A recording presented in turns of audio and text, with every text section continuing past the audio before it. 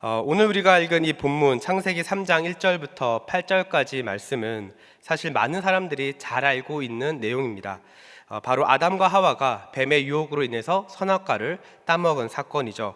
이 장면은 교회를 안 다니는 사람들도 한 번쯤은 들어봤을 정도로 굉장히 유명한 본문입니다. 본문이 유명하다 보니까 다양한 질문들을 받을 때가 있습니다. 그 중에서 종종 들었던 질문은 바로 이겁니다. 하나님께서 왜 하필 선악과를 만드셨을까라는 질문입니다. 여러분도 혹시 창세기를 읽으시면서 이 부분이 궁금하신 적이 없으셨나요? 애초에 처음부터 이 선악과를 만들지 않았으면 선악과를 먹을 일도 없고 선악과를 먹지 않았으면 죄도 들어올 일이 없을 텐데 굳이 왜 이것을 만드셨을까라고 하는 질문인 거죠. 물론 오늘 우리가 읽은 이 본문은 선악과 중심으로 이 사건이 흘러가고 있습니다. 그런데 오늘 우리가 본문을 통해서 확인하고 싶은 것은 선악과 이야기보다는 이 선악과를 통해서 죄가 어떻게 우리 가운데 들어왔고 이 죄가 어떻게 시작하는가, 이것을 우리가 함께 보기를 원합니다. 이 죄의 시작을 아는 것이 중요한 이유가 있습니다. 그것은 죄의 시작을 알 때에 죄가 오는 것을 우리가 막을 수 있고, 그리고 그 죄의 자리에서 피할 수 있고, 더 나아가 죄로부터 우리를 자유케 하시는 그 예수 그리스도의 은혜를 우리가 다시 한번 마음에 새길 수 있기 때문에 그렇습니다. 자, 그래서 저는 여러분에게 이 질문을 하면서 오늘 설교를 좀 시작하려고 합니다. 사랑하는 우리 성도 여러분, 여러분을 넘어뜨리는 죄가 어디서 왔고 어떻게 시작되는지 여러분 알고 계십니까? 만일 이 내용을 우리가 모른다고 한다면 우리는요, 계속해서 똑같은 죄의 문제로 인해서 넘어질 수밖에 없습니다. 사실 우리가 살면서 죄로부터 완전히 자유하고 있는 사람은 없습니다. 요한일서 1장 8절을 보니까 이렇게 이야기합니다. 우리 한 목소리를 읽겠습니다. 시작. 만일 우리가 죄가 없다고 말하면 스스로 속이고 또 진리가 우리 속에 있지 아니할 것이요. 아멘. 자, 사도 요한이 이 구절에서 무엇을 강조하고 있습니까? 죄가 없다고 말하는 사람은 어떤 사람이라고요? 스스로를 속이는 사람이라고 말합니다. 왜냐하면 죄가 없다고 말하는 사람은 그 안에 진리가 거할 수 없기 때문인 거죠. 그래서 신앙생활은 열심히 하는데 만약에 그 사람이 은혜를 경험하지 못하고 있다고 한다면 지금 그 안에, 자신 안에 감춰진 죄가 없는지를 다시 한번 점검해 보아야 합니다. 왜냐하면 진리가 거하지 못하면 은혜를 누리지 못하게 되고요, 은혜를 누리지 못하게 되면 하나님의 말씀이 들리지 않는 이 악순환이 계속해서 반복되고 있기 때문이죠. 그래서 여러분, 죄가 어디서 어떻게 시작되었는지 알고 있는 것은 너무나도 중요하고요, 그리고 우리의 믿음의 성장에 있어서도 굉장히 큰 차이를 만들어냅니다. 자, 이 맥락에서 오늘 우리가 읽은 이 본문을 보니까 죄가 어떻게 시작이 되는지를 우리에게 알려주고 있는데요. 자, 오늘 본문 3장 1절 우리 다시 한번 읽어보겠습니다. 시작. 그런데 뱀은 여호와 하나님이 지으신 들짐승 중에 가장 간교하니라. 뱀이 여자에게 물어 이르되 하나님이 참으로 너희에게 동산 모든 나무의 열매를 먹지 말라 하시더냐. 여러분, 오늘 본문에서 발견할 수 있는 죄의 첫 번째 단계는 무엇이냐면 바로 의심하게 만드는 겁니다. 하나님이 참으로 먹지 말라 하시더냐, 이렇게 질문을 하죠. 여러분, 이 의심이라는 것이 무엇일까요? 여러분, 의심은요, 단순히 어떤 내용에 대해서 믿을 수 없는 것, 이것이 의심이 아닙니다. 의심의 핵심은요, 마음이 나눠져 있다는 데 있습니다. 하나님의 말씀을 의심했다는 것은 말씀을 믿지 못했다는 것이 아니라 아담과 하와의 그 마음과 그 다음에 하나님과 이 마음이 하나가 되어야 하는데 그 마음이 갈라졌다는 것을 의미하는 겁니다. 그래서 뱀의 말을 듣는 순간 이 마음이 둘로 나눠졌다는 거죠. 여러분, 마음이 둘로 나눠질 때 어떤 현상이 발생할까요? 마음이 나눠진 것만큼요, 관계도 소홀해집니다. 관계도 멀어집니다. 그래서 처음 참으로 먹지 말라 하시더냐라고 하는 이 질문은요, 단순한 질문이 아닙니다.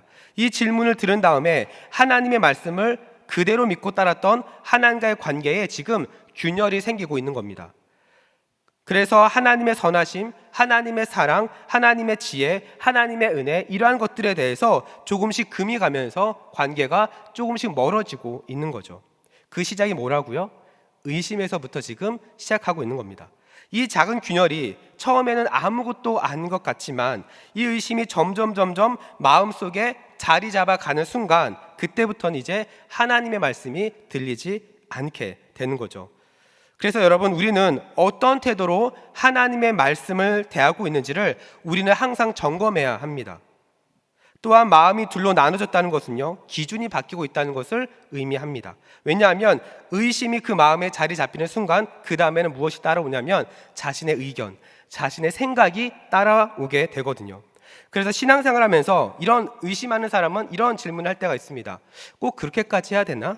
지금 이 시대에 그 말씀이 맞는 건가? 내 경험으로는 이게 더 맞는 것 같은데? 라고 하는 자신만의 의견이 거기에 더해지기 시작을 하더라는 겁니다. 그래서 여러분, 의심은요, 이 죄의 문을 여는 열쇠와도 같습니다. 마치 죄가 시작할 준비를 지금 하고 있는 거죠.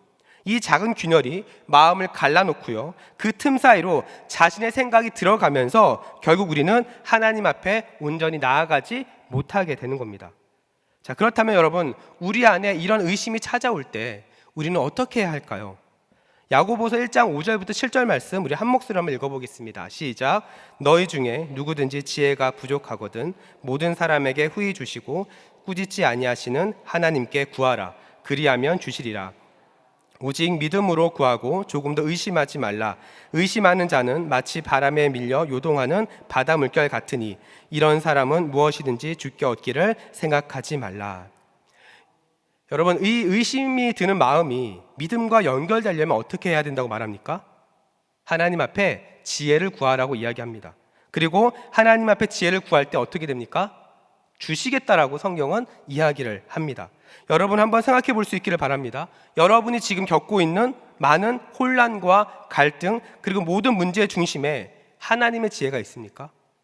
아니면 여러분의 생각과 여러분의 경험이 자리 잡고 있습니까? 여러분, 지혜는요, 어떤 좋은 책을 읽고 유명한 강세의 말을 들어서 스스로 만들어내는 것이 지혜가 아닙니다. 지혜는 자신의 부족함을 인정하고 하나님 앞에 구할 때 풍성하게 하나님께서 주시는 선물과도 같은 겁니다. 그래서 여러분, 지혜가 부족한 게 문제가 아닙니다. 하나님에 대한 의심으로 하나님 앞에 구하지 않고 스스로 판단하고 결정하려고 하는 그 태도에 문제가 있는 거죠. 우리는 이것을 두 글자로 교만이라고 이야기합니다.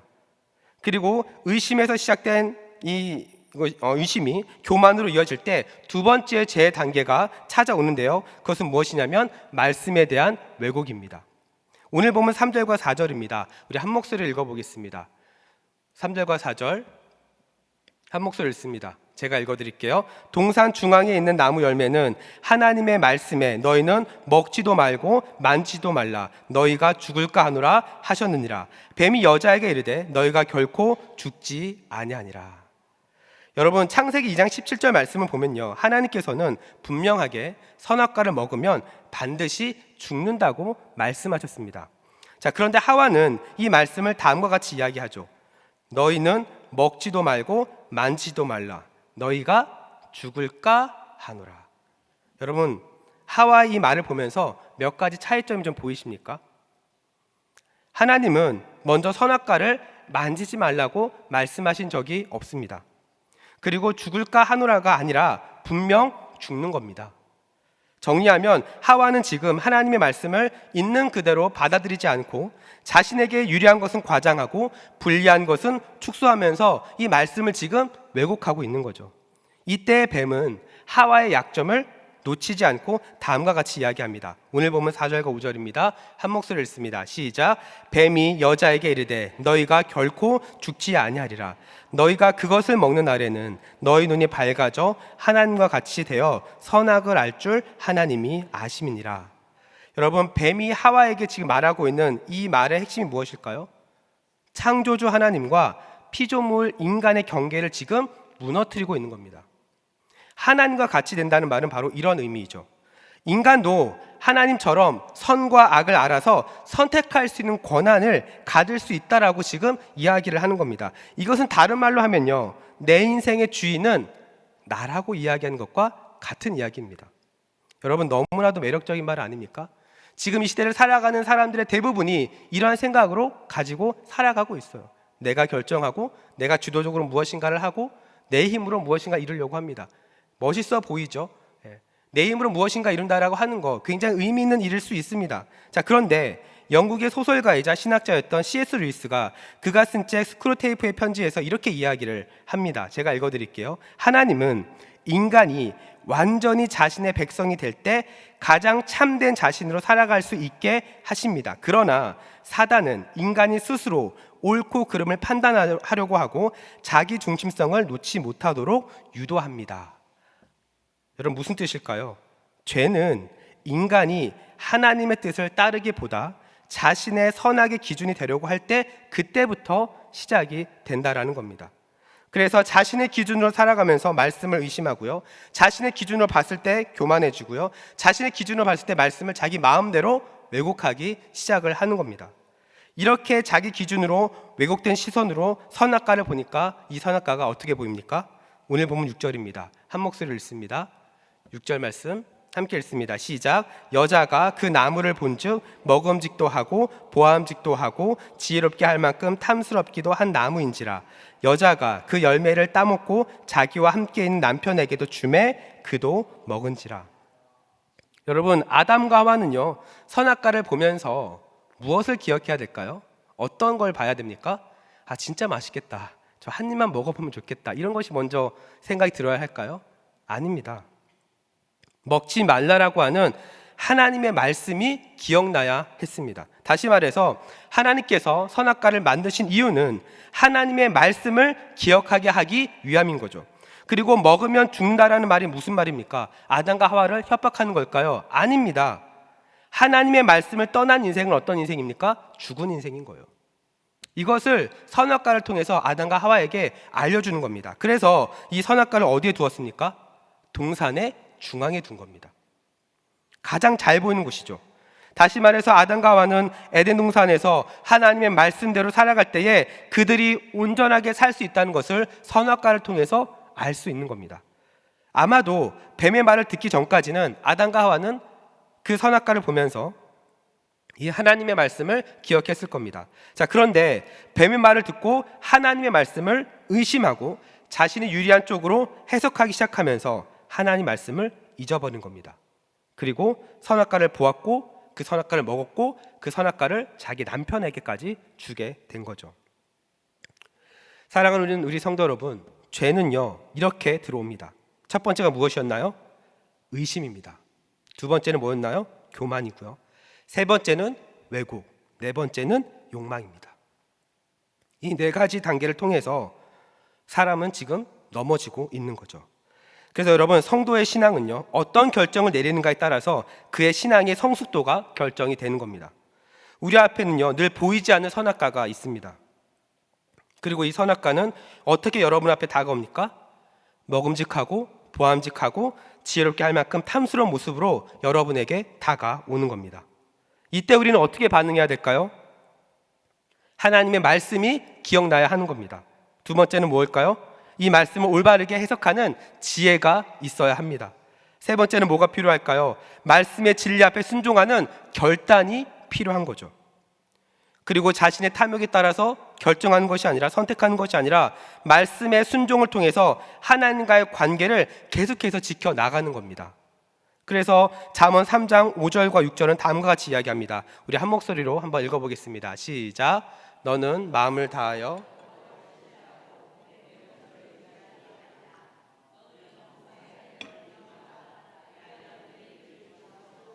아멘. 사랑하는 우리 성도 여러분, 우리는요 날마다 선택의 기로에 서 있습니다. 나의 명철을 따르는 것일까? 아니면 하나님의 말씀을 따를 것일까? 아니면 하나님을 인정할 것인가? 아니면 내 욕망을 인정할 것인가? 이 사이에서 우리는 항상 선택하면서 살아가는 겁니다. 우리가 읽은 잠언 말씀에도 그렇게 이야기를 하는 겁니다. 내 명철을 의지하지 말라. 이 말은 무엇입니까? 너의 선택을 따라가서는 안 된다는 겁니다. 하나님께서는 너의 마음을 다하여 여호와를 신뢰하라고 말씀하십니다. 그러나 하와는 어떻게 합니까? 자기의 눈에 보기 좋은 것을 선택했죠. 하나님께서는 내 명철을 의지하지 말라고 말씀하십니다. 그러나 하와는 어떻게 합니까? 자신의 경험과 자신의 감정을 의지합니다. 하나님은 범사의 자신을 인정하라고 말씀하시지만 하와는 어떻게 합니까? 뱀의 유혹에 넘어가서 뱀의 말을 인정하죠. 이러한 모든 선택들이 모아져서 선악과를 지금 따먹게 되는 겁니다. 사랑하는 우리 성도 여러분, 질문 드립니다. 여러분은 지금까지 몇 개의 선악과를 따먹으셨나요? 오늘 본문을 통해 우리가 살펴본 죄가 들어오는 과정이 우리에게도 전혀 없다고 말할 수 있습니까? 아닙니다. 우리도 이런 과정을 통해서 넘어질 때가 많이 있습니다. 사단이 뱀의 모습으로 아담과 하와를 넘어뜨린 것처럼 사단은 또 다른 모습으로 우리에게 찾아옵니다. 익숙함으로, 감정으로, 상식으로, 자존심으로, 욕망의 얼굴로 우리에게 찾아옵니다. 그래서 어느새 우리는 하나님보다는 내 감정을 더 중요하게 생각합니다. 하나님보다는 내 자존심이 더 중요하다고 생각합니다. 하나님보다는 내 논리에 더 집중하기 시작을 합니다. 그 순간 우리는요, 하나님의 뜻보다 내 생각이 맞다고 생각합니다. 그리고 결국에는 마치 우리가 하나님인 것처럼 우리의 생각대로, 우리의 기준대로 선과 악을 판단하고 선택하는 거죠. 그래서 베드로전서 5장 8절은 다음과 같이 이야기를 하는 겁니다. 우리 한 목소리 읽어볼까요? 시작. 근신하라, 깨어라, 너희 대적 마귀가 우는 사자같이 두루 다니며 삼킬 자를 찾나니. 여러분, 베드로가 지금 무엇을 이야기합니까? 근신하라, 깨어라 라고 이야기를 합니다. 여러분, 이것은 단순하게 깨어 있어라, 정신 차려라 이런 말이 아닙니다. 이것은 수동적인 신앙에서 적극적인 신앙으로 지금 도전하고 있는 겁니다. 더 적극적이고 더 능동적으로 영적으로 지금 깨어 있어야 된다라고 이야기합니다. 왜냐하면 지금 사단은 가만히 있지 않고 있거든요. 사실 많은 사람들은요, 이 편안한 신앙생활을 추구할 때가 많습니다. 그래서 교회를 어떤 마음의 안정과 그리고 위로를 얻을 수 있는 그런 도피처로 생각하는 경우들도 있습니다. 그래서 평일에는 세상에서 치열하게 살다가 주일만큼은 좀 혼자 조용하게 또 은혜 받고 예배 드리고 빨리 집에 가서 쉬고 싶은 사람들도 많이 있습니다. 하지만 오늘 본문에서, 우리가 읽은 이 본문에서 정신 차려라, 깨어 있으라 라고 하는 이것은요, 이렇게 말하는 이유는 우리를 넘어뜨리는 마귀는 우리보다 더 지금 훨씬 더 열심히 움직이고 있기 때문에 그렇습니다. 그래서 우리가 깨어 있지 않으면 오늘 본문의 선악과를 따먹은 것처럼 우리도 사단이 놓은 덫에 걸릴 수밖에 없는 거죠. 그리고 보이지 않는 선악과를 따먹는 겁니다. 그리고 어떤 결과로 이어질까요? 오늘 본문의 아담과 하와처럼 하나님을 피하고 말씀을 외면하면서 영적인 도망자처럼 살아가는 겁니다. 그래서 오늘 본문 8절에 이렇게 이야기를 하죠. 한 목소리 읽어볼까요? 시작.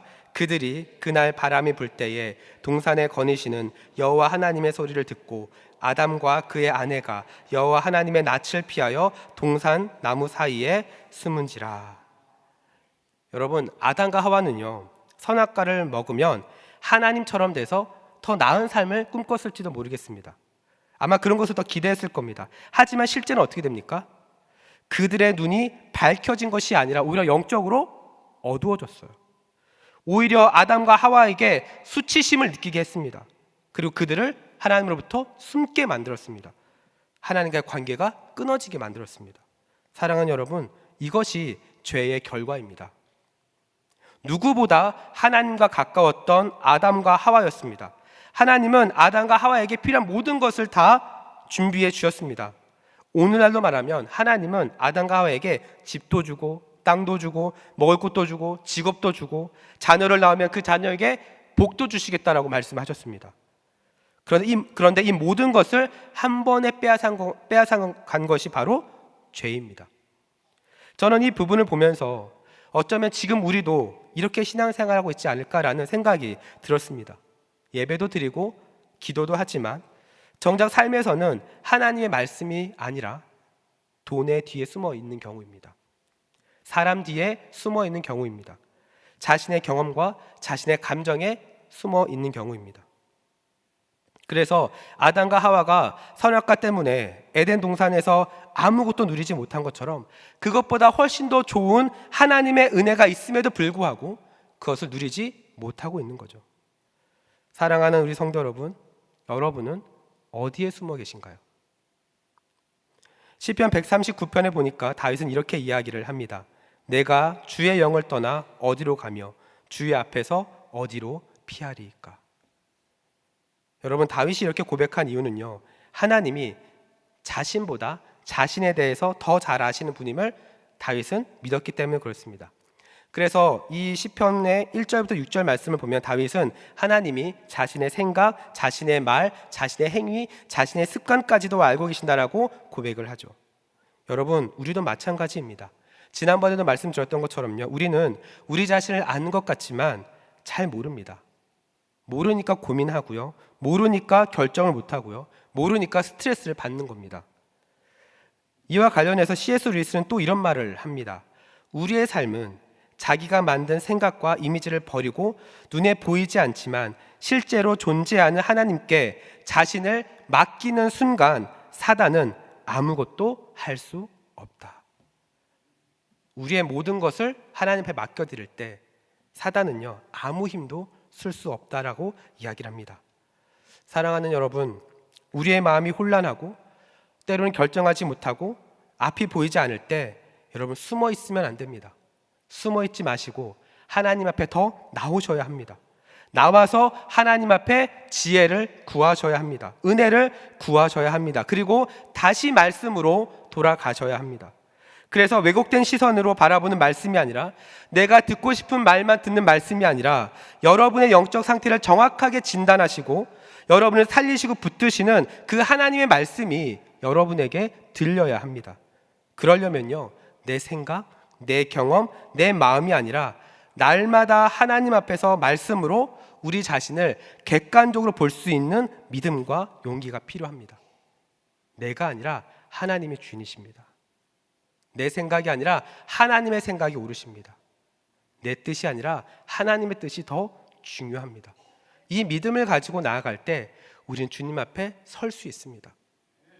말씀을 정리합니다. 사랑하는 우리 성도 여러분, 우리는 오늘 말씀을 통해 아담과 하와가 죄로 넘어가는 과정을 함께 봤습니다. 이 죄는요, 작은 의심에서 시작해서 교만으로 이어지고, 교만은 말씀을 왜곡하게 만들고, 또한 이 말씀의 기준으로 선악과를 본 것이 아니라 자신의 욕망의 기준으로 선악과를 따먹는 선택을 하였습니다. 그렇다면 여러분, 지금 여러분의 선택은 어디에서 비롯되고 있나요? 하나님의 말씀에 의한 선택인가요? 아니면 여러분의 감정, 여러분의 기분, 여러분의 생각, 여러분의 경험에 의한 선택인가요? 혹시 오늘 말씀에서 보았던 아담과 하와의 이 흔들림이 여러분 안에도 있지 않으십니까? 만약 그렇다면 여러분, 지금이야말로 여러분 하나님 앞에 숨지 마시고 주님 앞에 나올 수 있기를 주님의 이름으로 축복합니다. 그리고 하나님의 말씀으로 여러분의 삶의 기준을 다시 한번 세워갈 수 있기를 축복합니다. 이것이 가능한 이유는 예수 그리스도께서 저와 여러분을 그렇게 인도하시기 때문입니다. 예수님께서 우리의 연약함을 아시고 우리의 연약함을 담당해 주셨습니다. 어디에서요? 십자가에서. 그렇기 때문에 우리는 그 주님을 믿고 나아갈 때에 우리는 다시 일어설 수 있는 겁니다. 사랑하는 우리 성도 여러분, 우리 하나님의 은혜는요, 여러분을 기다리고 있습니다. 왜냐하면 하나님 앞에 다시 서는 그 자리에 회복이 있고 생명이 있고 은혜가 있기 때문에 그렇습니다. 저는 우리 대전중앙의 모든 성도들이 이 하나님 앞에 숨지 않고 날마다 하나님이 기뻐하시는 자리 가운데 나아갈 수 있기를 주님의 이름으로 축복합니다. 그래서 하나님이 기뻐하시는 그 자리에서 하나님의 풍성한 은혜를 누리시고 날마다 하나님과 동행하며 하나님을 마음껏 자랑하는 여러분의 인생이 되기를 주님의 이름으로 축복합니다. 우리 시간 함께 기도하며 나아가겠습니다.